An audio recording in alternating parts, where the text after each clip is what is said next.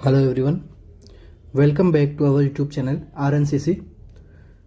आज की जो हमारी क्लास रहने वाली है वो एक MCQ सेशन रहेगा जो टारगेट होगा हमारे RML एग्ज़ाम पे, साथ ही साथ हमारे SGPGI के एग्ज़ाम पे भी टारगेट होगा, क्योंकि आने वाली अपकमिंग वैकेंसी इन्हीं के ऊपर आने वाली है। और साथ में ही अपना जो सेशन रहेगा वो अपने मोस्ट इंपॉर्टेंट MCQ रहेंगे उसके अंदर, जो कि प्रीवियस एग्जाम में पूछे जा चुके हैं। तो उन्हीं को अगर हम सोल्व करते हुए उन टॉपिक को भी हम पढ़ने की यहाँ पे पूरी कोशिश करेंगे कि जिनसे जो क्वेश्चंस बन सके उनको हम यहाँ पे सोल्व कर लें।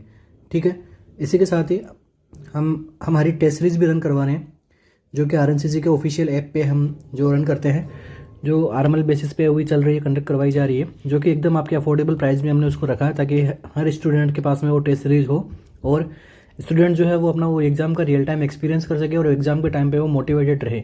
उसको ऐसा फील होना चाहिए कि हाँ, मैंने अच्छी तरीके से प्रिपरेशन कर रखी है। तो आप टेस्ट सीरीज भी ज़रूर बाई कीजिएगा ताकि आपको सेल्फ एनालिसिस आप कर सको अपना। ठीक है, तो शुरू करते हैं आज की अपनी क्लास को। क्वेश्चन है हमारा, a nursing student is providing the routine Foley's catheter care. ठीक है, एक नर्सिंग स्टूडेंट है, वो क्या प्रोवाइड करवा रहा है? रूटीन फोलिस कैथेटर की केयर प्रोवाइड करवा रहा है टू ए फीमेल पेशेंट, जो कि पेशेंट को क्या है, फीमेल है।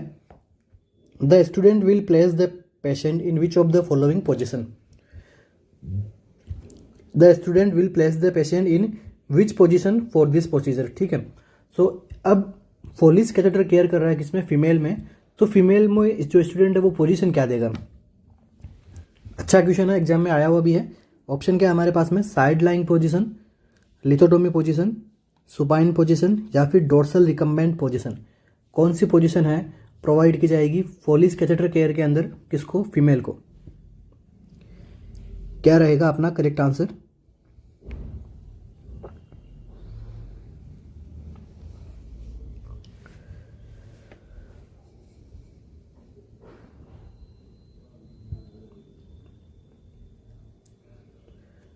हमारे इस क्वेश्चन का जो आंसर जो रहेगा वो रहने वाला है ऑप्शन नंबर डी। ठीक है, तो फीमेल के अंदर हम अगर फोलिस कैथेटर केयर करनी है फीमेल के अंदर, तो हम क्या पोजीशन प्रोवाइड करवाएंगे? Dorsal recumbent position. ठीक है, कंफ्यूज नहीं होना है। और मेल में क्या करवाएंगे? मेल के अंदर करवाएंगे अपन क्या? Supine position. ठीक है, मेल के अंदर अपन सुपाइन पोजीशन यूज में लेंगे और फीमेल के अंदर हम कौन सी लेंगे? डोर्सल रिकम्बेंट पोजीशन को यूज में लेते हैं। और लिथोटोमी पोजीशन किसके अंदर लेते हैं? लेबर वाली जो प्रोसेस होती है उसके अंदर अपन लिथोटोमी पोजीशन देते हैं। वेजाइनल एग्जामिनेशन के अंदर अपन लिथोटोमी पोजीशन अपन प्रोवाइड करवा सकते हैं। ठीक है, एंड साइड लाइन पोजीशन है, ये अपन अनकॉन्शियस पेशेंट को अपन प्रोवाइड करवाते हैं। साइड लाइन पोजीशन क्या करेगी? एस्पिरेशन से क्या करेगा? प्रिवेंट करेगा। ठीक है, तो अपन साइड लाइन पोजीशन प्रोवाइड करवाते हैं। ओके, अपने इस क्वेश्चन का आंसर क्या रहेगा? Option number D. एग्जाम में आपको मेल का भी पूछ सकते हैं, फीमेल का भी पूछा गया है, तो मेल का भी ध्यान रखना है। मेल में अपन अगर कैथेटर केयर करनी है मेल में तो क्या पोजीशन देंगे? Supine position. Next MCQ, a nursing student ask the clinical educator about how often the Foley's catheter should be change. ठीक है, इजी क्वेश्चन है और आया हुआ भी क्वेश्चन है। सारे MCQ एग्जाम के अंदर पूछे जा चुके हैं, तो उन्हीं MCQs को हम वापस रिपीट कर रहे हैं और आपको समझा रहे हैं कि इससे और दूसरा क्या क्वेश्चन बन सकता है। ठीक है, फोलिस कैथेटर का अपन को क्या पूछा है? ड्यूरेशन पूछा है कि कितने दिनों में चेंज करना चाहिए फोलिस कैथेटर। ऑप्शन हमारे पास में क्या है? Every 90 days, every 60 days, every 14 days या फिर एवरी 7 डेज। कितने दिनों के अंदर जो है हमें फोलिस कैथेटर को हमें क्या है? चेंज कर देना चाहिए। क्या रहेगा अपना इस क्वेश्चन का करेक्ट आंसर? फोलिस कैथेटर को चेंज हम कितने दिनों में करते हैं? तो जब कभी भी हमसे क्वेश्चन में पूछा जाए कि फोलिस कैथेटर कितने दिनों में चेंज करना है, तो हमारा आंसर क्या जाएगा? Option number C. ठीक है, एवरी 14 डेज से हमें क्या करना है? फोलिस कैथेटर को हमें चेंज करना होता है। ठीक है, एम्स का क्वेश्चन है, एम्स एग्जाम के अंदर ये पूछा जा चुका है। दूसरा एम्स में क्या क्वेश्चन पूछा गया था एक बार? वो उसका आया था किसका? सिलिकॉन कैथेटर का, कि भाई सिलिकॉन कैथेटर को अपन कितने टाइम में यूज में अपन लेते हैं। ठीक है, कब उसको वापस चेंज करना होता है? तो सिलिकॉन कैथेटर को अपन कितने दिनों तक यूज में लेते हैं? 90 डेज तक। ठीक है, 90 डेज के बाद में उसको क्या करना चाहिए? उसको कर देना चाहिए चेंज। ठीक है, 90 डेज बोल दो या फिर एग्जाम में अपन आपको वीक भी दे सकते हैं, तो 12 वीक। ओके, अपना इस क्वेश्चन का हमारा आंसर क्या हो गया? एवरी 14 डेज से हमें क्या करना चाहिए? फोलिस कैथेटर को हमें चेंज करना चाहिए, क्योंकि कंटामिनेशन से प्रिवेंट करता है। ठीक है, अगर ये अपन प्रोटोकॉल फॉलो करते हैं तो। दूसरा कैथेटर इंसर्शन के अंदर किस प्रकार की टेक्निक यूज करनी चाहिए। सो ये एक असेप्टिक टेक्निक हमें क्या यूज लेनी चाहिए, मीन्स क्या हो गया, कंप्लीट स्टेराइल प्रोसीजर हमें काम में लेना चाहिए। ठीक है, जब कभी भी हम कैथेटर इंसर्शन करते हैं तो कंप्लीट स्टेरिलिटी का हमें ध्यान में रखना चाहिए। ठीक है, बिल्कुल भी कंटामिनेशन हुआ सो वहाँ पे यूटीआई यहाँ पे पेशेंट को जो कॉज हो सकता है। मोस्ट कॉमन ऑर्गेनिज्म क्या है यूटीआई का, इकोलाई। ठीक है, हॉस्पिटल सेटिंग्स में मोस्ट कॉमन नोजोकोमियल इन्फेक्शन भी क्या है, मोस्ट कॉमन नोजोकोमियल इन्फेक्शन क्या है, यूटीआई, और उसका पॉजिटिव एजेंट क्या हो सकता है, इकोलाई।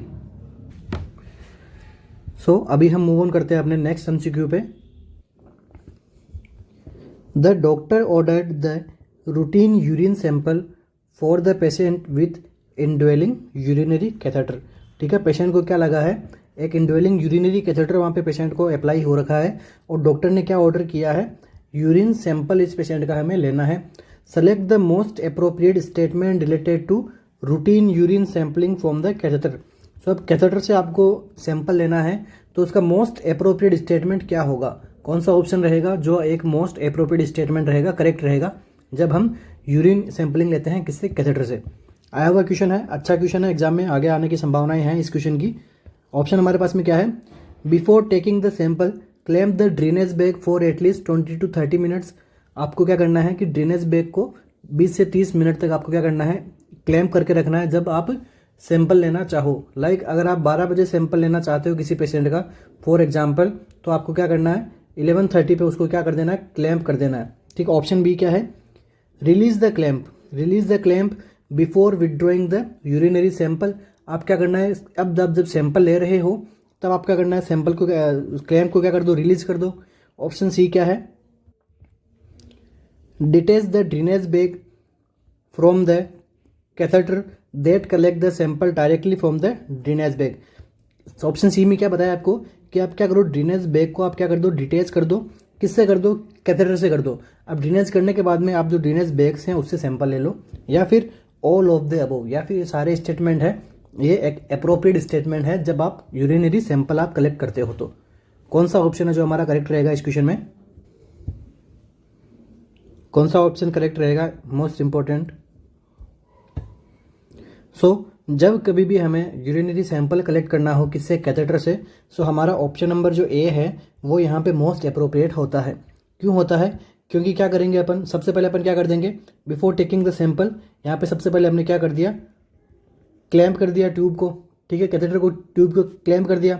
अब क्लैम्प करने से क्या होगा, जो उससे क्या हो जाएगा, ब्लैडर के अंदर क्या हो जाएगा, जो यूरिन है वो फुल हो जाएगा। मतलब ब्लैडर के अंदर यूरिन रहेगा तो ब्लैडर क्या हो जाएगा, कैसा हो जाएगा, फुल हो जाएगा। अब क्या करना है आपको, जब सैंपल लेना है ना आपको, तो आपको क्या करना है, यहाँ पे रिलीज नहीं करना है कभी भी क्लैम्प को। ठीक है, क्लैम्प रखना है आपको, बट आपको क्या करना है, फिर जहाँ से आपने क्लैम्प किया है उसके 2 to 3 सेंटीमीटर यहाँ से अबोव से आपको क्या करना है, सैंपल कलेक्ट करना होता है। ठीक है, सो हमें कभी भी रिलीज़ नहीं करना है सैंपल लेने से पहले। उसके बाद में हमें कभी भी डायरेक्ट ड्रेनेज बैग से भी हमें क्या करना है, सैंपल कलेक्ट नहीं करना है। सैंपल कलेक्ट करने के लिए एक पोर्ट होता है, तो आपको वहीं से सैंपल कलेक्ट करना होता है, और जहाँ से हम सैंपल कलेक्ट कर रहे हैं उसके 2 to 3 सेंटीमीटर नीचे से आपको क्या करना है, ट्यूब को क्या करना है, आपको क्लैम्प करना है, ताकि जो ब्लेडर से जो भी आ रहा है तो यहीं से अपन क्या करें, सैंपल कलेक्ट करते हैं। अगर हमने प्रेशर रिलीज कर दिया तो जो है अपना जो सैंपलिंग है वो इफेक्टिव तरीके से नहीं हो पाएगी। सो अपना करेक्ट आंसर क्या हो जाएगा, option number A. Next MCQ हमारा, after the debridement the wound has stopped bleeding and clots are beginning to form. जब कभी हम क्या करते हैं, डिब्राइटमेंट करते हैं। डिब्राइटमेंट का मतलब क्या हो गया कि वुंड के अंदर जो भी कोई पस फॉर्मेशन हुआ हो, या फिर यहाँ पे क्या है कोई प्रकार का जो ब्लड सप्लाई वगैरह जो अच्छे तरीके से नहीं हो, या फिर ब्लड क्लॉट बन गया हो, तो यहाँ पे हम क्या करते हैं, इसको क्लियर करते हैं। ठीक है, इसको हम क्लीन करते हैं। इस प्रोसीजर को हम क्या बोलते हैं, डिब्राइटमेंट। तो जब हमने क्या कर दिया, डिब्राइटमेंट कर दिया है, और यहाँ पे अभी ब्लीडिंग आनी रुक गई है, और जहाँ से कट लगे हुए थे वहाँ पे क्लॉट्स बनना भी शुरू हो गया है। ठीक है, यहाँ पे जो ब्लड आउट हुआ है उसका क्लॉट की बात नहीं कर रहे हैं अपन। ठीक है, ब्लड अगर यहाँ से किसी कैविटी में आ जाता है तो वो क्लॉट हो जाता है। ठीक है, तो वो हिमेटोमा बन जाता है, तो उसकी बात नहीं कर रहे हैं अपन। जो नॉर्मल क्लॉटिंग प्रोसेस है उसकी बात कर रहे हैं कि डिब्राइटमेंट करने के बाद में क्या हो रहा है, जो वुंड है उसका ब्लीडिंग रुक गई है, और जो क्लॉट भी फॉर्मेशन यहाँ पे शुरू हो गए हैं। What phase of healing is identified here at this stage. तो ये कौन सी स्टेज है हीलिंग की। ठीक है, ये आपको पता लगानी है। हीलिंग की कुछ फेजेज होती है, अभी अपन डिस्कस करेंगे, एग्जाम के अंदर पूछी हुई है, एम्स में भी आ चुकी है हीलिंग की स्टेजेस। तो ये कौन सी स्टेजेस, इसके अंदर क्या हो रहा है, ब्लीडिंग रुक रही है और साथ साथ में क्लोट भी है वो बन रहे हैं।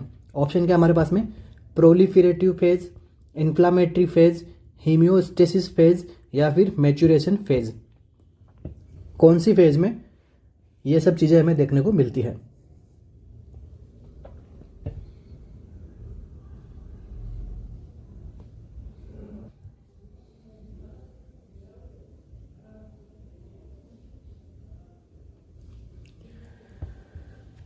ये हमारी फेज है, कौन सी है, होम्योस्टेसिस फेज। ठीक है, हीमोस्टेसिस फेज है। तो हीमोस्टेसिस फेज के अंदर क्या होता है, ये हमारी सबसे पहले अपन बात कर लेते हैं वुंड हीलिंग फेज के बारे में। वुंड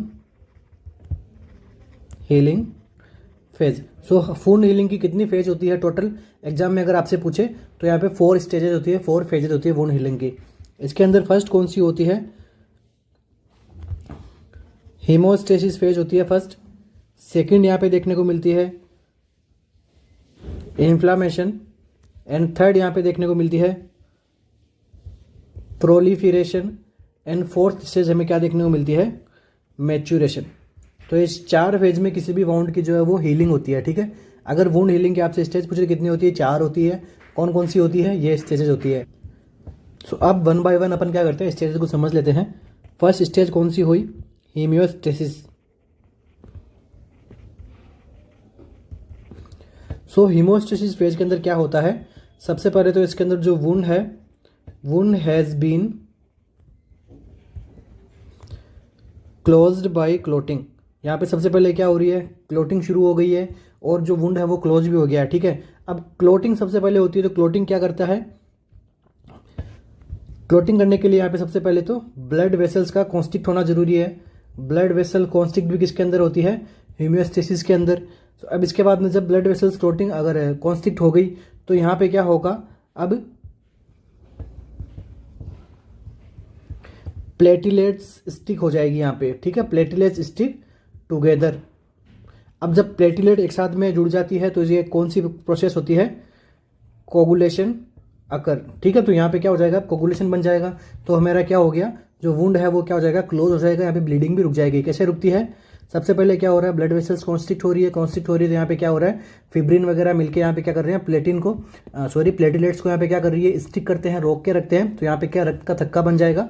तो आगे जाके क्या करेगी, कोगुलेशन यहाँ पे बन जाएगा। इसके बाद में अभी क्या है, दूसरी स्टेज कौन सी है, इन्फ्लामेटरी। इन्फ्लामेटरी स्टेज के अंदर क्या होता है, यहाँ पे आप सभी को पता होगा कि जब कभी भी वुंड वगैरह बनता है तो वहाँ से क्या है कि एक्जुडेट ट्रांसजुडेट नाम से कुछ सब्सटेंसेज हमें देखने को मिलते हैं वहाँ पे। ठीक है, तो यहाँ पे क्या हमें देखने को मिलेगा, ट्रांसजुडेट। तो ट्रांसजुडेट किस प्रकार के होते हैं, ये किसके बने होते हैं, ये हमारे वाटर, साल्ट प्लस प्रोटीन के ये बने होते हैं। ठीक है, जब वाउंड हीलिंग की प्रोसेस होती है उसमें सेकंड स्टेज कौन होती है, इन्फ्लामेटरी। तो इन्फ्लामेटरी प्रोसेस के अंदर हमें क्या देखने को मिलता है, ट्रांसजुडेट हमें फ्लूइड यहाँ पे एक्सक्रिएट होता हुआ देखने को मिलता है वुंड से। ठीक है, अब ये क्या करेगा, इन्फ्लामेटरी स्टेज में क्या होता है, यहाँ पे जो है वो जहाँ पे वुंड वगैरह होता है तो वहाँ पे स्वेलोविंग हो जाती है। ठीक है, स्वेलोविंग कौन सी होगी, लोकलाइज्ड। जनरल यहाँ पे स्वेलोविंग नहीं देखने को मिलेगी, लोकलाइज्ड स्वेलोविंग देखने को मिलेगी। तो अब स्वेलोविंग आगे जाके क्या करेगी, तो inflammation both control,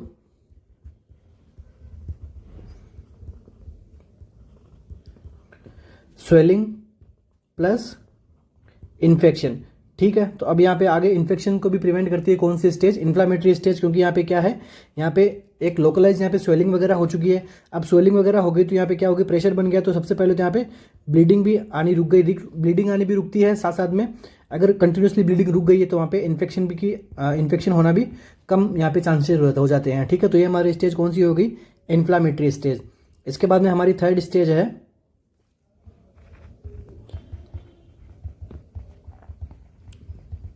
proliferative.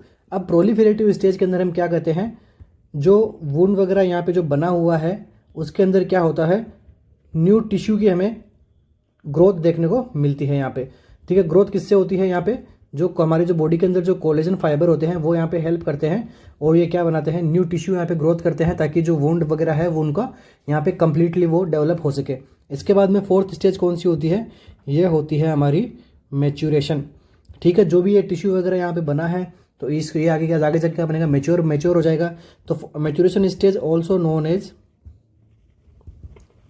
Remodelling stage, इसको हम रीमॉडलिंग स्टेज के नाम से भी बोलते हैं। रीमॉडलिंग स्टेज में क्या हो गया, अगर वो टिश्यू वगैरह सही तरीके से शेप में यहाँ पे नहीं कनेक्ट हुआ है तो इस स्टेज के अंदर क्या होता है, टिश्यू वगैरह उनकी सही तरीके से शेप हमें देखने को मिलती है। ठीक है, तो इसके अंदर क्या होता है, जो ये कोलेजन फाइबर फर्स्ट में कितने नंबर के यहाँ पे कोलेजन फाइबर वर्क कर रहे होते हैं, थर्ड के।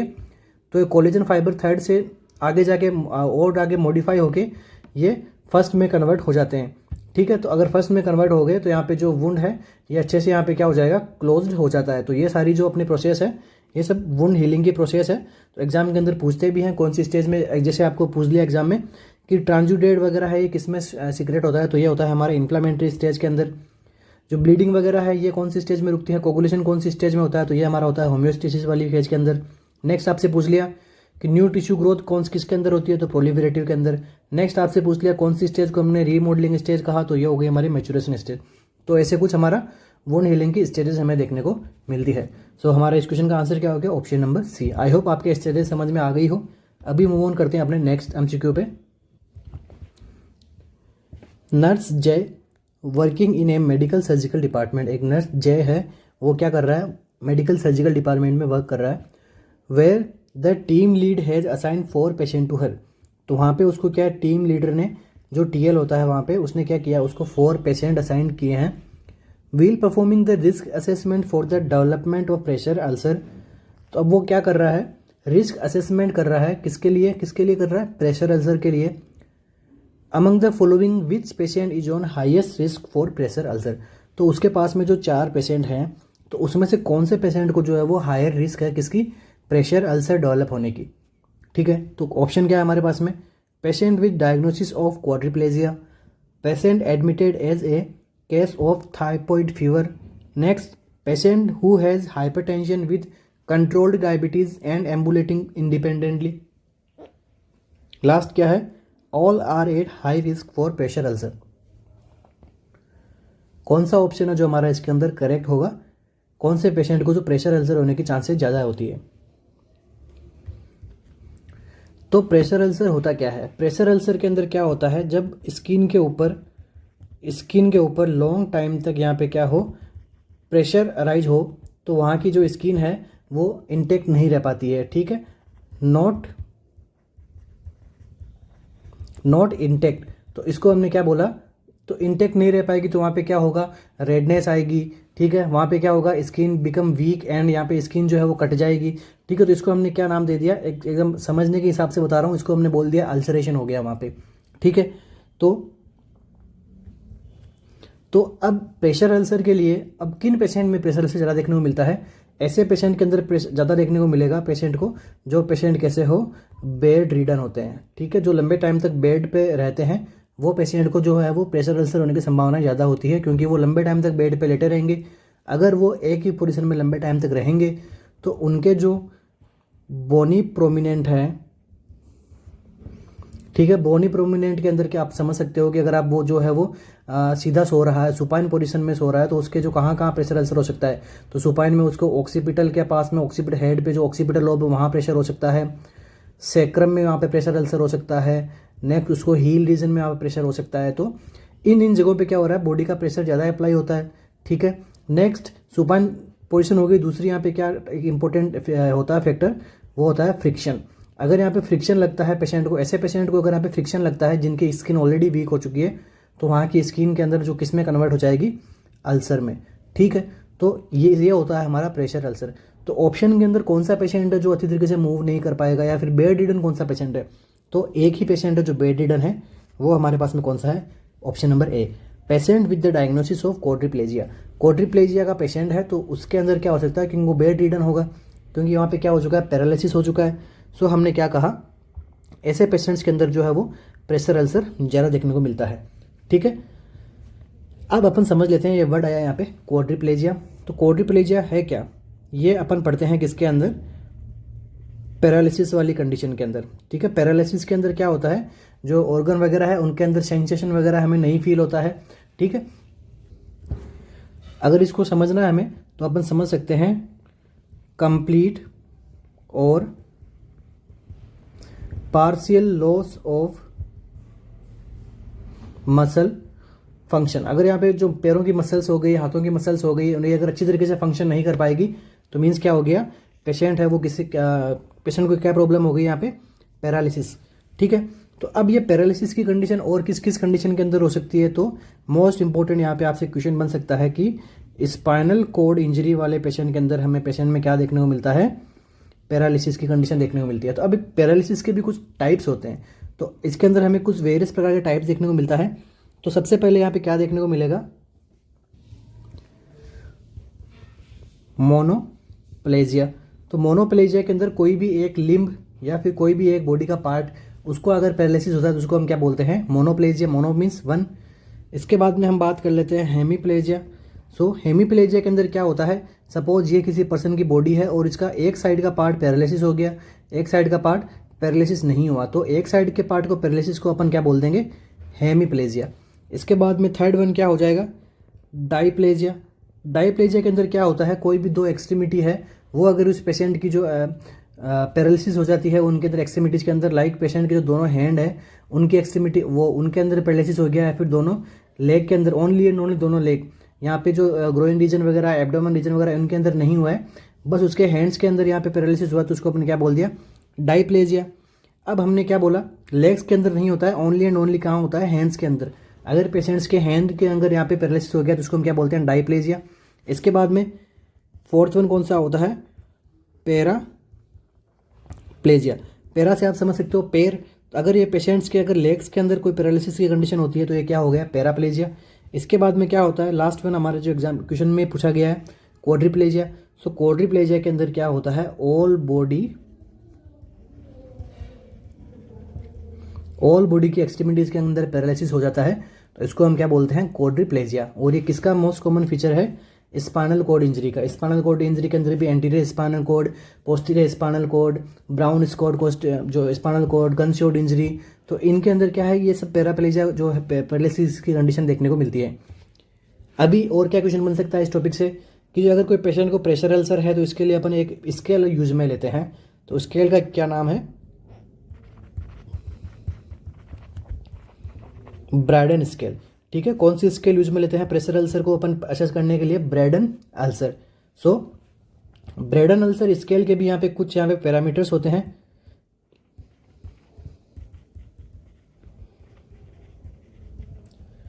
सो ब्रैडन स्केल किसके लिए होती है, to assess pressure ulcer risk, ठीक है। ये क्या करती है, प्रेशर अल्सर के रिस्क वाले पेशेंट्स को असेस करती है कि कौन से पेशेंट जो है वो प्रोन टू प्रेशर अल्सर, ठीक है। अभी रिस्क असेसमेंट कैसे करती है, तो उसके कुछ पैरामीटर्स होते हैं, टोटल सिक्स इसके पैरामीटर्स होते हैं, जो ये क्या असेस करती है कि जो पर्सन है वो कितना, उस पेशेंट के अंदर कितनी मोबिलिटी है, या फिर वो क्या देखती है, जो पर्सन है वो कितना एक्टिविटी कर रहा है, ठीक है, या फिर वो क्या देखता है, पर्सन का न्यूट्रिशनल स्टेटस क्या है।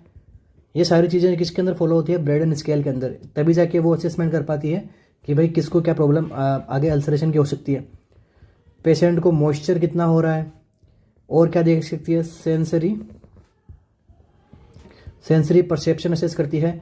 Last and the most important, friction, ठीक है। प्रेशर अल्सर का होने का मोस्ट इंपॉर्टेंट कॉज भी क्या हो सकता है, फ्रिक्शन है, ठीक है। आपको ध्यान रखना एग्जाम में अगर आपसे पूछे, ये सारे ऑप्शन अगर आपसे पूछे और एक ऑप्शन में आए तो फ्रिक्शन को इंपॉर्टेंट रखना है, ठीक है। सो ये कुछ पॉइंट्स हैं हमारे प्रेशर अल्सर रिलेटेड, कुछ एमसीक्यू अगर एग्जाम के अंदर आपको आगे देखने को मिले तो आपको रॉन्ग नहीं करना है। नेक्स्ट एमसीक्यू है हमारा, डिल्यूजन ऑफ ग्रैंडियोर मीन्स, ठीक है। एग्जाम में पूछा गया है कि डिल्यूजन ऑफ ग्रैंडियोर का क्या मतलब है। आप सभी को आपने पढ़ा होगा साइकेट्री के अंदर, एक होता है हेल्यूसिनेशन, एक होता है डिल्यूजन। तो डिल्यूजन ऑफ ग्रैंडियोर का मतलब क्या है, ऑप्शन क्या है हमारे पास में, false ideas that others are talking about the person, ठीक है। उसको ऐसे आइडियाज आ रहे हैं जिसके अंदर वो सोच रहा है कि जो दूसरे पर्सन है वो उसके बारे में बात कर रहे हैं। Option B, irrational idea regarding their own worth, talent, knowledge and power, जो पर्सन के है वो उसके अंदर इरेशनल उसके अंदर आइडियाज आ रहे हैं, कि क्या आइडिया है उसकी खुद की वर्थ के ऊपर कि वो कितना वर्दी है, कितना वो टैलेंटेड है, उसके अंदर इतना ज़्यादा नॉलेज है, उसकी पावर इतनी ज़्यादा है। तो ऐसे अगर आइडियाज है उसको हम बोलेंगे। ऑप्शन सी क्या है, पार्ट ऑफ सेल्फ अदर और वर्ल्ड इज़ नॉट एग्जिस्ट। वो बोलता है कि उसका कोई एक पार्ट है वो एग्जिस्ट नहीं करता, या फिर दुनिया एग्जिस्ट नहीं करती है। ठीक है, अगर वो ऐसी बातें करे इसको बोलेंगे। या फिर ऑप्शन डी में क्या पूछ रहा है, someone usually with higher status is in love with them, कि वो जो पर्सन का जो भी स्टेटस है वो देख रहा है कि उससे बड़े स्टेटस की जो भी मेल या फीमेल है वो उसको क्या कर रही है, लव कर रही है। तो डिल्यूजन ऑफ ग्रैंडियर का क्या मतलब होगा आप लोगों के अकॉर्डिंग? अच्छा क्वेश्चन है, एग्जाम के अंदर आता भी है, तो आपको ध्यान में रहना चाहिए। सो कौन सा ऑप्शन हमारा करेक्ट रहेगा इस क्वेश्चन के अंदर? सो एक देखो तो कुछ टर्म्स होती है, हम वो जान लेते हैं। देखिए, एक होता है हेल्यूसिनेशन, एक होता है डिल्यूजन एंड एक होता है इल्यूजन। ठीक है, ये तीन प्रकार की प्रॉब्लम यहाँ पे साइकेट्रिक पेशेंट्स में देखने को मिलती है। तो इनको समझ लेते हैं अपन डायरेक्ट इस वर्ड के आंसर पे जाने से पहले। ठीक है, हेल्यूसिनेशन के अंदर क्या होता है, यहाँ पे पेशेंट को है वो सेंसरी इम्प्रेशन वो उसको फील होता है। ठीक है, अपन वन लैंग्वेज में अगर अपन समझे वन लाइन के अंदर, सो अपन इसको समझ सकते हैं sensory impression without external stimuli. ठीक है, पेशेंट को ऐसी चीज़ें दिखाई देती है जो आगे एग्जिस्ट नहीं करती है। ठीक है, उसका एक्सटर्नल स्टिमुलाई एग्जिस्ट ही नहीं करता है, बट पेशेंट को ऐसी सेंसेशन या उसकी ऐसी सेंसरी यहाँ पे इमेज बन चुकी है किसी चीज़ को लेके। ठीक है, तो वो कहलाता है हेल्यूसिनेशन। मतलब हेल्यूसिनेशन किसकी प्रॉब्लम है, ये सेंसरी प्रॉब्लम है। ठीक है, पेशेंट को कुछ ऐसे सेंस होते हैं जो रियल में एग्जिस्ट नहीं करते हैं। ठीक है, अब बात कर लेते हैं डिल्यूजन की। डिल्यूजन के अंदर क्या है, फिक्स्ड फॉल्स बिलीफ हो जाते हैं पेशेंट को। ठीक है, बिलीव उसको क्या होता है, फिक्स्ड फॉल्स बिलीव्स यहाँ पे पेशेंट के अंदर देखने को मिलते हैं। ठीक है, लाइक कोई बात हो गई, लाइक पेशेंट को किसी बात का पता लगता है उसके माइंड से ही। ठीक है, वो पर्सन जो है वो कुछ चीज़ सोचता है, मतलब थॉट। तो ये थॉट की यहाँ पे अंदर प्रॉब्लम होती है। तो अगर वो ऐसा कुछ सोच लेता है रिगार्डिंग टू हिमसेल्फ कि हाँ लाइक वो तो बहुत बड़ा ताकतवर आदमी है, मीन्स कि उससे ज़्यादा ताकतवर कोई है ही नहीं दुनिया के अंदर, या उससे ज़्यादा पावर किसी के पास में है ही नहीं, उससे ज़्यादा नॉलेज किसी के पास में नहीं है। तो ऐसी बातें अगर कोई करें तो आपको समझना है कि हाँ इस पर्सन को डिल्यूजन हो चुका है। अब डिल्यूजन भी अलग अलग टाइप के होते हैं, अपन आगे कभी पढ़ेंगे। अब इसके बाद में हमारे पास में ऑप्शन नंबर जो थर्ड अपने को टर्म है यहाँ पे, ये क्या है, इल्यूजन क्या होती है, जो रियल स्टिमुलाई होती है। रियल स्टिमुलाई को यहाँ पे पर्सन क्या कर लेता है, मिस इंटरप्रिटेशन। ठीक है, मिस इंटरप्रिटेशन कर देना, मतलब पड़ी क्या है, रोप पड़ी है, बट पेशेंट क्या उसको समझ लेता है स्नैक। ठीक है, तो यहाँ पे क्या है, ये हो गया इल्यूजन, ये हमारा हो गया डिल्यूजन, और ये हो गया हमारा हेल्यूसिनेशन। तो अब हमसे क्वेश्चन में क्या पूछा है, डिल्यूजन ऑफ ग्रैंडियर। ग्रैंडियर का मतलब क्या होता है, वहाँ पे उसको ऐसा फील आए उसके खुद से ही रिलेटेड कि वो बहुत ज़्यादा वर्दी है, बहुत ज़्यादा टैलेंटेड है, बहुत ज़्यादा नॉलेज उसके पास में, पावर है। अगर वो ऐसे सिम्टम दिखाई दे तो हमारा ऑप्शन कौन सा करेक्ट हो जाएगा, यही हो जाएगा। क्योंकि डिल्यूजन ऑफ ग्रैंडियर मीन्स उसको एक्सेसिव उसके अंदर पावर का फील होना, ये सब चीज़ें हैं जो डिल्यूजन के अंदर दिखाई देती है। और ये जो चीज़ें हैं उसको समझाने से भी नहीं वो समझ पाता है पेशेंट। अगर उसको समझाएंगे नहीं यार तेरे में ऐसा कुछ नहीं है, बट नहीं ऐसा कैसे नहीं है, मेरे में तो ऐसी चीज़ें हैं, तो वो क्या डिल्यूजन ऑफ ग्रैंडियोसिटी उसको पेशेंट को होती है। ओके, अब ये कुछ यहाँ पे हेल्यूसिनेशन के बारे में पढ़ लेते हैं, क्यों एग्जाम के अंदर पूछते हैं। सो हेल्यूसिनेशन के अंदर most common type of hallucination कौन सा होता है, ऑडियोट्री। ठीक है, auditory hallucination most common type होता है। इसके अंदर पेशेंट को जो है वो साउंड से रिलेटेड हेल्यूसिनेशन होता है। ऑडिटरी के बाद में कौन सा है, गस्टेसरी। गस्टेसरी के अंदर क्या होता है, पेशेंट को टेस्ट रिलेटेड यहाँ पे हेल्यूसिनेशन होता है। मीन्स क्या हो गया, टेस्ट आ ही नहीं रहा है पेशेंट को, उसने कुछ खाया ही नहीं है, बट उसको ये फील हो कि यार मेरी जीभ पे तो मैंगो रखा है किसी ने, ठीक है, मुझे मैंगो का टेस्ट आ रहा है, तो वो एक गस्टेसरी हेल्यूसिनेशन हो गया उसको। अभी क्या है, ऑल्फैक्टरी। ऑल्फैक्टरी के अंदर क्या होगा, स्मेल का।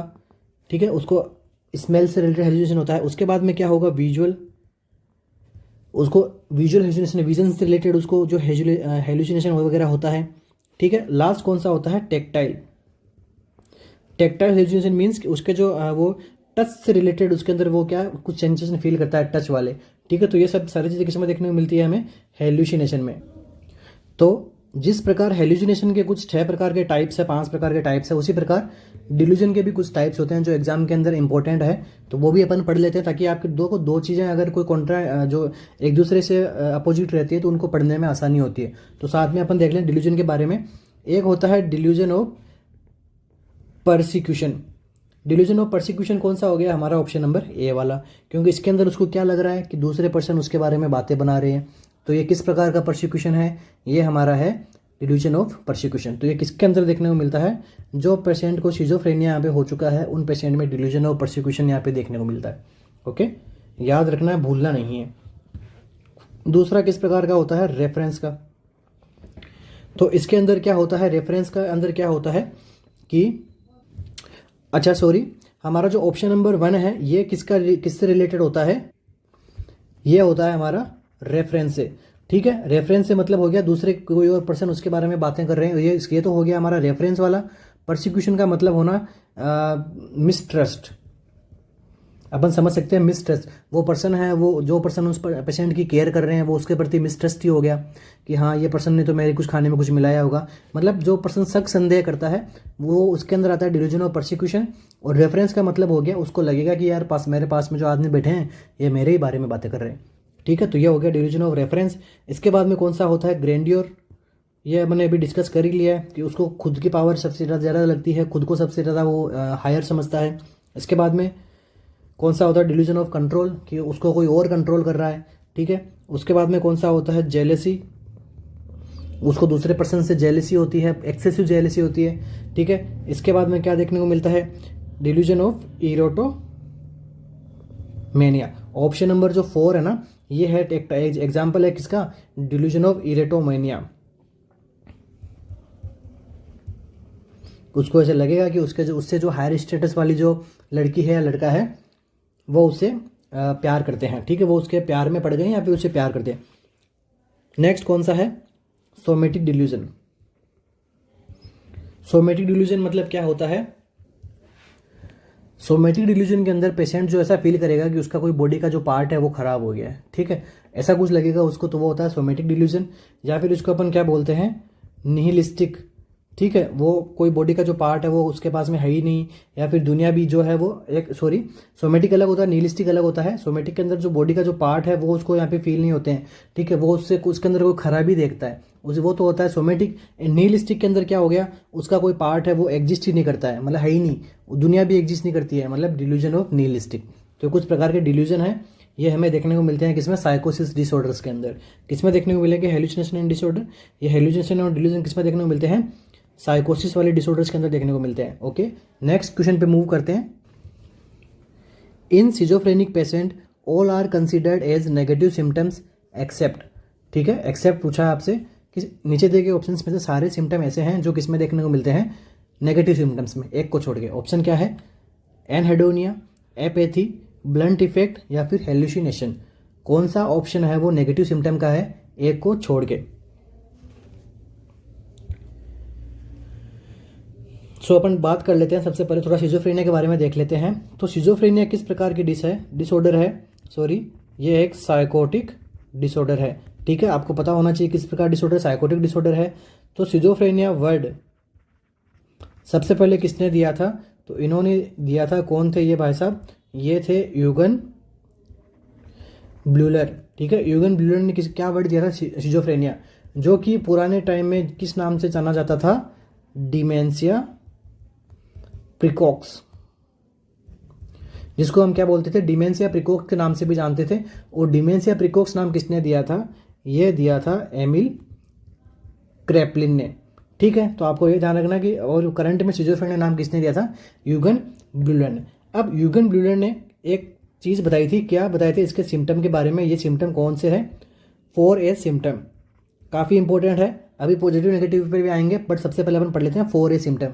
सो 4A सिम्टम क्या होते हैं? इसके अंदर ये किसने दिए थे? यूगन ब्लूलर ने दिए थे। 4A सिम्टम के अंदर क्या होते हैं? जो ए से शुरू होने वाले सिम्टम हैं, कौन कौन से हैं? ऑटिज्म, जो पर्सन है वो ऑटिज्म है, मतलब जो दुनिया से वो दूरी बना लेता है, अपने में खोया रहता है। दूसरा क्या हो जाता है? एसोसिएट लूजनेस, ठीक है। उसके अंदर एसोसिएट लूजनेस हमें देखने को मिलती है, एक से चीज़ से दूसरी चीज़ को वो कनेक्ट नहीं कर पाता है, ठीक है। नेक्स्ट उसके अंदर क्या देखने को मिलता है, एम्बिवेलेंस। एम्बिवेलेंस के अंदर क्या होता है कि वो अपोजिट यहाँ पे इमोशंस रखता है, अपोजिट एटीट्यूड्स रखता है, जो समाज के अंदर जैसे रहने चाहिए उसके अपोजिट तरीके से वो रहता है। उसके बाद में कौन सा होता है, लास्ट वन कौन सा है, अफेक्ट इनएप्रोप्रिएट, ठीक है। इन चारों को आपको ध्यान में रखना। अफेक्ट इनएप्रोप्रिएट से क्या मतलब हो जाता है, लाइक किसी पर्सन की डेथ हुई है तो वहाँ पे जाके वो हंसने लगता है, लाइक किसी पर्सन का यहाँ पे बर्थडे बनाया जा रहा है वहाँ पे जाके वो रोने लगता है, मतलब अपोजिट अफेक्ट करता है। अफेक्ट मतलब क्या होता है, इमोशन, तो उसके अंदर इमोशंस वगैरह अच्छे से काम में नहीं आते हैं। तो ये सारे सिम्टम कौन से हैं, 4A सिम्टम है, किसने दिए, यूगन ब्यूलर ने दिए थे। एग्जाम के अंदर इनसे क्वेश्चन बनता है, 100% बनता है, ठीक है। अगर सिजोफ्रेनिया से क्वेश्चन बना रहे हैं तो उसके अंदर ये मोस्ट इंपॉर्टेंट है, ठीक है। ऑप्शन के अंदर आप या तो आपसे इनका मतलब पूछेंगे या फिर इनसे इन चारों ऑप्शन से एक ऐसा पूछ लेंगे क्वेश्चन, आपको एक्सेप्ट वाला क्वेश्चन पूछ लेंगे कि इनमें से कौन सा 4A सिम्टम नहीं है, ठीक है। तो ऐसा भी पूछ सकते हैं, या फिर कौन से सिम्टम है जो 4A सिम्टम का पार्ट है, ऐसा देके आपको पूछ ले, ठीक है। अब बात कर लेते हैं अपन पॉजिटिव सिम्टम। दूसरा कौन सा है, नेगेटिव सिम्टम। मतलब पॉजिटिव सिम्टम्स में ऐसा क्या हो रहा है, ऐसा सिम्टम जिसमें पर्सन का जो बिहेवियर है वो बढ़ रहा है मतलब एक्साइट हो रहा है, या फिर ऐसी कुछ चीज़ें उसको फील हो रही है जो एक्साइट दिखाता है बिहेवियर, मतलब बिहेवियर की प्रॉब्लम्स यहाँ पे बढ़ रही है। दूसरा नेगेटिव क्या है, उसके बिहेवियर की पोजीशन है वो कैसे देखने को मिलती है, डिप्रेस्ड पेशेंट जैसी मिलती है, ठीक है। वो कुछ बिहेवियर शो ही नहीं कर रहा है, लेक ऑफ इमोशन उसमें देखने को मिल रहे हैं। मतलब यहाँ पे तो क्या हो रहा है, बिहेवियर ऐसा कि वो थोड़ा बढ़ चढ़ के दिखाई दे रहा है, और ऐसा बिहेवियर नेगेटिव में क्या होता है, सप्रेस्ड होता है। तो पॉजिटिव सिम्टम्स के अंदर क्या आता है, सबसे पहले तो हमारा हेल्यूसिनेशन, मतलब उसको ऐसी चीज़ें दिखाई देती है जो रियल में है ही नहीं, तो वो कैसा बिहेवियर, उसका पॉजिटिव बिहेवियर है। मतलब साइकोसिस का साइकोटिक डिजीज कौन, सिजोफ्रेनिया का पॉजिटिव सिम्टम है। तो हमारा ऑप्शन कौन सा हो गया करेक्ट, हेल्यूसिनेशन। क्योंकि आपसे क्या पूछा है, नेगेटिव सिम्टम के अंदर अपन बात कर रहे हैं, और पूछा कोई क्या है, एक्सेप्ट पूछा है। तो हेल्यूसिनेशन क्या है, एक पॉजिटिव बिहेवियर है, ठीक है। समथिंग इज ऐड हो रहा है उसके बिहेवियर में, कुछ ऐड हो रहा है, कुछ ऐड होना बिहेवियर में क्या होता है, पॉजिटिव बिहेवियर। और कुछ बिहेवियर से कुछ निकल रहा है उसको हमने क्या बोल दिया, नेगेटिव, ठीक है। वही नेगेटिव पॉजिटिव से अपन समझ सकते हैं। दूसरा क्या अपन बात करते हैं किसके अंदर, डिल्यूजन की। तो सिजोफ्रेनिया वाले पेशेंट में हेल्यूसिनेशन मोस्ट कॉमन कौन सा होता है, ये एग्जाम में क्वेश्चन बनता है। तो मोस्ट कॉमन हेल्यूसिनेशन कौन सा होता है, ऑडिटरी। डिल्यूजन कौन सा होता है, ये अपन बात कर रहे हैं सिजोफ्रेनिया के अंदर। उसके बाद में डिसऑर्गेनाइज्ड थॉट, पर्सन के जो थॉट्स हैं वो यहाँ पे क्या हो जाएंगे, डिसऑर्गेनाइज्ड हो जाएंगे। उसके बाद में क्या होता है, बिजर बिहेवियर। बिजर मतलब जो आक्रामक बिहेवियर होता है पेशेंट का, हानिकारक होता है दूसरे पर्सन्स के लिए, ऐसा बिहेवियर उसको देखने को मिलता है। ये सिम्टम किस में आते हैं, पॉजिटिव सिम्टम्स में। बाकी के एनहेडोनिया, एपैथी, ब्लंट इफेक्ट, ठीक है, ये सारे सिम्टम किस में आते हैं, नेगेटिव में। तो बात कर लेते हैं अपन सबसे पहले किसकी, फ्लैट इफेक्ट के बारे में। मतलब यहाँ पे कोई इमोशन दिखाई नहीं रहा patient. Next decrease social intact हो रहा है उस पेशेंट का, वो कोई सोशल इंटेक्शन नहीं रख रहा। उसके बाद में एनहेडोनिया, ठीक है। इन सब का देखो आपको मतलब आपको समझ में आना चाहिए। तो एनहेडोनिया से आपके अगर एग्जाम के अंदर इसकी डेफिनेशन पूछ ली तो एनहेडोनिया के अंदर क्या होता है, कोई भी प्रकार का उसको पेशेंट को क्या है, वो एंजॉयमेंट फील नहीं करता, ठीक है। Lack of enjoyment, anhedonia. ई आपको दिखाई दे रहा है यहाँ पे, एनहेडोनिया, ई से एंजॉयमेंट, ई से एनहेडोनिया। यहाँ पे ई आता है बीच में, अपन से समझ सकते हैं, रटना नहीं है, समझ सकते हैं अपन। नेक्स्ट आता है एवोल्यूशन, ठीक है। एवोल्यूशन का मतलब क्या होता है, डिक्रीज मोटिवेशन, उस पर्सन के अंदर मोटिवेट नहीं रहता वो, ये होता है नेगेटिव सिम्टम। उसके बाद में क्या होता है, एलोगिया। एलोगिया मतलब लेक ऑफ स्पीच, वो पर्सन है वो एकदम कम बात करता है या फिर बात कर ही नहीं रहा किसी से। नेक्स्ट क्या है, कैटाटोनिया। कैटाटोनिया के अंदर पर्सन जो है वो एक दूसरी जगह से मूवमेंट वगैरह है वो यहाँ पे क्या हो जाते हैं, लेस हो जाते हैं, ठीक है। यह हो गया कैटाटोनिक।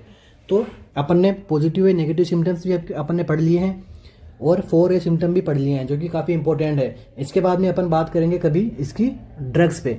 नेक्स्ट MCQ है हमारा, chronic alcoholic patient initially treated with.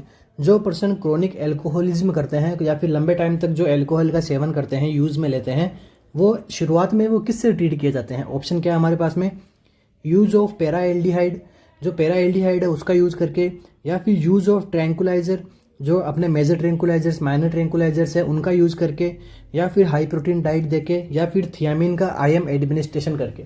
ठीक है, तो अपन डायरेक्ट चलते हैं अपन आंसर पे। अपना आंसर क्या करेक्ट हो जाएगा इसके अंदर? Option number D. ठीक है, जो पेशेंट क्रोनिक एल्कोहलिज्म करते हैं उनके अंदर क्या होता है, थियामिन की यहाँ पे डिफिशियंसी देखने को मिलती है। तो इसलिए अपन क्या करेंगे, सबसे पहले जो अपन थियामिन के IM एडमिनिस्ट्रेशन करेंगे किन पेशेंट को, जो पेशेंट क्रोनिक एल्कोहलिज्म के शिकार होते हैं। ओके, नेक्स्ट MCQ है हमारा, which of the following neurotransmitters is decrease in a patient with delirium. ठीक है, दो टर्म होती है डिलेरियम और डिमेंशिया। तो हमसे क्या पूछा है, डिलेरियम की कंडीशन में यहाँ पे कौन सा न्यूरोट्रांसमीटर की कमी देखने को मिलती है। ऑप्शन है हमारे पास में डोपामिन, एसिटाइलकोलिन, गाबा और ग्लूटामेट। तो एक कौन सा होता है, डिलेरियम, दूसरा क्या होता है, डिमेंशिया। सो अपन सिंपल लैंग्वेज में अगर समझे तो डिलेरियम किसको अफेक्ट करता है, तो डिलेरियम अफेक्ट करता है किसको, अटेंशन को। ठीक है, दूसरा डिमेंशिया किसको अफेक्ट करता है, मेमोरी को। ठीक है, सिंपल लैंग्वेज अपन अगर इन दोनों के अंदर डिफरेंशिएट करते हैं तो डिलेरियम किसको अफेक्ट करता है, अटेंशन को, एंड डिमेंशिया किसको अफेक्ट करता है, मेमोरी को। तो अब हमसे क्या पूछा गया है कि डिलेरियम के अंदर कौन सा न्यूरोट्रांसमीटर की कमी देखने को मिलती है। सो डिलेरियम के अंदर हमेशा किसकी कमी देखने को मिलती है, एसिटाइलकोलिन की। ठीक है, डिलेरियम के अंदर किसकी कमी देखने को मिलती है, एसिटाइलकोलिन की कमी देखने को मिलती है यहाँ पे। दूसरा इंक्रीज क्या देखने को मिलता है, नॉरएपिनेफ्रिन। ठीक है, ध्यान में रखना, एग्जाम के अंदर क्वेश्चन पूछा जा चुका है। तो अब अगर आपको आगे से क्या देखने को मिल सके, नॉरएपिनेफ्रिन का लेवल बढ़ा हुआ देखने को मिलता है किसमें, डिलेरियम के अंदर।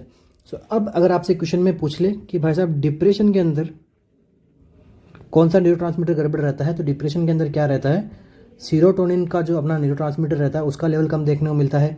अब अगर आपसे पूछ ले पार्किंसन के अंदर कि पार्किंसन के अंदर आपको क्या देखने को मिले, सो पार्किंसन के अंदर आपको क्या देखने को मिलेगा, डोपामिन का लेवल तो डिक्रीज देखने को मिलेगा, एंड एसिटाइलकोलिन का लेवल क्या देखने को मिलेगा, बढ़ावा देखने को मिलेगा। यह होता है पार्किंसन के अंदर। अब बात कर लेते हैं अपन किसकी, मेनिया के बारे में। मेनिया को क्यों छोड़े, तो मेनिया के अंदर क्या होता है, डोपामिन का लेवल यहाँ पे मेनिया के अंदर बढ़ा हुआ देखने को मिलेगा। साथ साथ में डिलेरियम के अंदर भी डोपामिन का लेवल बढ़ा हुआ देखने को मिलता है, क्योंकि डोपामिन और एसिटाइलकोलिन एक दूसरे से अपोजिट वो होते हैं। ठीक है, सो नेक्स्ट बात कर लेते हैं अपन डिप्रेशन की। सो डिप्रेशन में सीरोटोनिन के साथ में क्या डिक्रीज देखने को मिलेगा, नॉरएपिनेफ्रिन का लेवल भी कम देखने को मिलेगा। ठीक है, सो ये कुछ न्यूरोट्रांसमीटर्स है जो आपको आगे एग्जाम के अंदर पूछे जा सकते हैं। नेक्स्ट MCQ है हमारा, ए 25-year-old woman complains of intense depressed mood for last 6 month। एक 25-year-old वुमेन है जिसको क्या कंप्लेंट हो रही है, उसका मूड क्या है, जो क्या है बहुत ही ज़्यादा क्या है, डिप्रेस रहता है लास्ट 6 मंथ से। She also report inability to enjoy previously pleasurable activities. वो अब क्या बता रही है साथ साथ में कि उसको ऐसी चीज़ों में भी उसको एन्जॉयमेंट फील नहीं होता है जो पहले वो एन्जॉय करती थी। ठीक है, जो प्रीवियसली क्या है प्लेजरेबल एक्टिविटीज़ थी उसके लिए, बट अभी क्या है वो यहाँ पे इनको भी अपन इनएबिलिटी टू एन्जॉय, अब उनको भी वो एन्जॉय नहीं कर पाती है। तो ये क्या चीज़ है, मतलब this symptom is known as, इस सिम्टम को क्या टर्म दी गई है, क्या बताया गया है। ऑप्शन है हमारे पास में एनहेडोनिया, एवोल्यूशन, एपैथी या फिर एमोटिवेशन। अभी अपन ने जब नेगेटिव सिम्टम पढ़े थे उसके अंदर हमने ये सारे ऑप्शन हमने पढ़े थे। तो जिसके अंदर प्लेजरेबल एक्टिविटीज़ को भी वो सही से नहीं समझ पाती है, उसको एन्जॉय नहीं कर पाती है, मैंने समझाया था आपको। ई से क्या हो गया एन्जॉयमेंट, ई से क्या हो गया एनहेडोनिया। आपको याद रखने के लिए समझा रहा हूँ, रटना नहीं है, कॉन्सेप्ट क्लियर करने हैं। तो हमारा ऑप्शन क्या हो गया इसके अंदर करेक्ट, एनहेडोनिया। ठीक है, साइकेट्री के अंदर से बहुत से वर्ड हैं जो अपने को कंफ्यूज करेंगे, बट उसको हमें अपने स्तर पे सीखना है। ठीक है, जो हम अपने को याद रहे। ठीक है, भले अपन उसको किस भी तरीके से याद रखें, अपने को याद रहना चाहिए। अपना एग्जाम के अंदर क्वेश्चन गलत नहीं होना चाहिए भाई साहब। तो अपना करेक्ट आंसर करेक्ट हो गया ऑप्शन नंबर ए। इसके अंदर क्या होता है, पर्सन जो है वो इनएबिलिटी टू एंजॉय कर पाता है किसको, जो प्रीवियसली प्लेजरेबल एक्टिविटीज होती है। नेक्स्ट आगे यहाँ पे क्या, एवोल्यूशन। एवोल्यूशन के बारे में अपन ने क्या बताया था, लेक ऑफ यहाँ पे क्या उसको पर्सन को, लेक ऑफ मोटिवेशन। ठीक है, एग्जाम से पहले बच्चे एवोल्यूशन में चले जाते हैं। ठीक है, मोटिवेट उनका कम हो जाता है, तो इसलिए वो फिर वीडियोस देखते हैं, जो मोटिवेशनल एजुकेटर्स होते हैं उनके वीडियोस देख के खुद को मोटिवेट रखते हैं, बट जो फैमिली है अपनी सबसे बड़ी मोटिवेशनल क्या हो सकती है अपने लिए, अपनी फैमिली। उनकी अगर बेटरमेंट के लिए अपन पढ़ाई करते हैं, वो अपना सबसे बड़ा मोटिवेशन रहना चाहिए, बजाय आप किसी को यूट्यूब वगैरह से आप नहीं मोटिवेट कर सकते खुद को, ठीक है। तो सेल्फ मोटिवेशन होना ज़रूरी है। सो एवोल्यूशन, अगर आप में एवोल्यूशन है, आप मोटिवेट नहीं हैं, तो आप उसको आपने क्या बोल दिया, एवोल्यूशन। उसके बाद में एपैथी।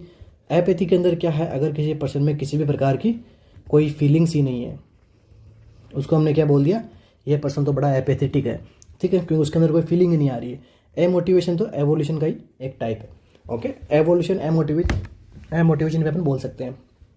तो हमारा कौन सा ऑप्शन करेक्ट हो गया, option number A. Next MCQ, A 45-year-old mail with history of alcohol dependence. एक 45-year-old मेल है, उसको क्या है, हिस्ट्री है, किसकी है, एल्कोहल डिपेंडेंस। वो पहले एल्कोहल पे डिपेंड था। प्रेजेंट विद कन्फ्यूजन, अभी उसको क्या हो रहा है, कन्फ्यूजन हो रहा है। नेस्टिग्मस हो रहा है, अटेक्सिया हो रहा है। कन्फ्यूजन हो रही है, अटेक्सिया मतलब वो अच्छे से मूवमेंट नहीं कर पा रहा है। नेस्टिग्मस, उसके आई मूवमेंट वगैरह हो रहे हैं, ठीक है। तो एग्जामिनेशन रिवील, अब एग्जामिनेशन अपन ने उसका एग्जामिनेशन किया है, और हमने साथ साथ में ये भी देखा है कि उसका क्या है, 6 क्रेनियल नर्व वीकनेस है।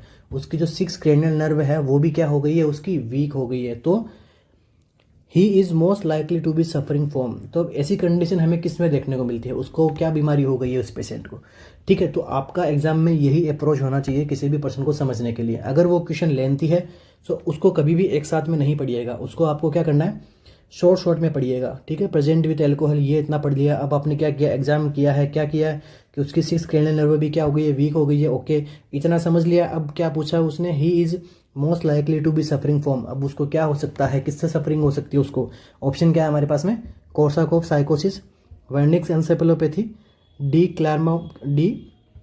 क्लैरमबोर्ड सिंड्रोम, या फिर डिलेरियम ट्रेमर्स। कौन सा ऑप्शन है जो हमारा करेक्ट रहेगा ऐसे क्वेश्चन में, ठीक है। हमने अभी पढ़ाई था, ठीक है। आपको देखो इस क्वेश्चन से भी 1-2 क्वेश्चंस निकालने आने चाहिए। एल्कोहल डिपेंडेंस वाला पेशेंट है, ठीक है। इसके अंदर हमने क्या पढ़ा था, अभी लास्ट में अपन ने पढ़ा था थियामिन की डिफिशियंसी होती है। तो थियामिन की डिफिशियंसी हुई तो यहाँ पे क्या देखने को मिल गया, कन्फ्यूजन देखने को मिलता है, नेस्टिग्मस देखने को मिलता है, एटेक्सिया देखने को मिलता है।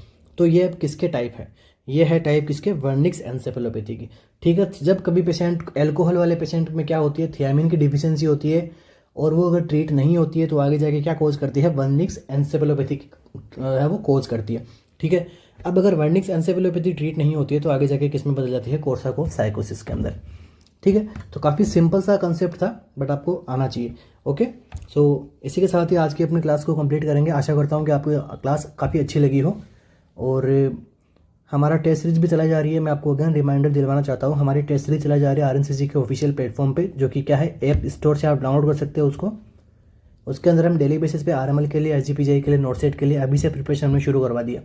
एकदम अफोर्डेबल प्राइस के ऊपर हमने उसके प्राइस रखी है, ताकि हर स्टूडेंट उसको बाय कर सके, ताकि कोई स्टूडेंट जो है वो सिलेक्शन से ना रहे। हमारा यही मोटो है कि हर स्टूडेंट जो है वो क्वालिटी उसके पास में मैटर हो पढ़ने के लिए, क्वालिटी उसके पास में टेस्ट सीरीज हो, ताकि वो एग्जाम के अंदर क्वेश्चंस आए और उनसे आगे क्या उसको हेल्प मिल सकती है, ठीक है। साथ साथ में उसका मोटिवेट बढ़ जाए कि हाँ, उन टेस्ट सीरीज के अंदर वो अच्छा अगर परफॉर्म करेगा तो ऑब्वियसली उसका ऐसे मोटिवेट रहेगा कि हाँ, मैं एग्जाम में भी अच्छा परफॉर्म कर सकता हूँ, मैं जॉब लग सकता हूँ। तो ऐसे हम प्लान करते हैं, ओके।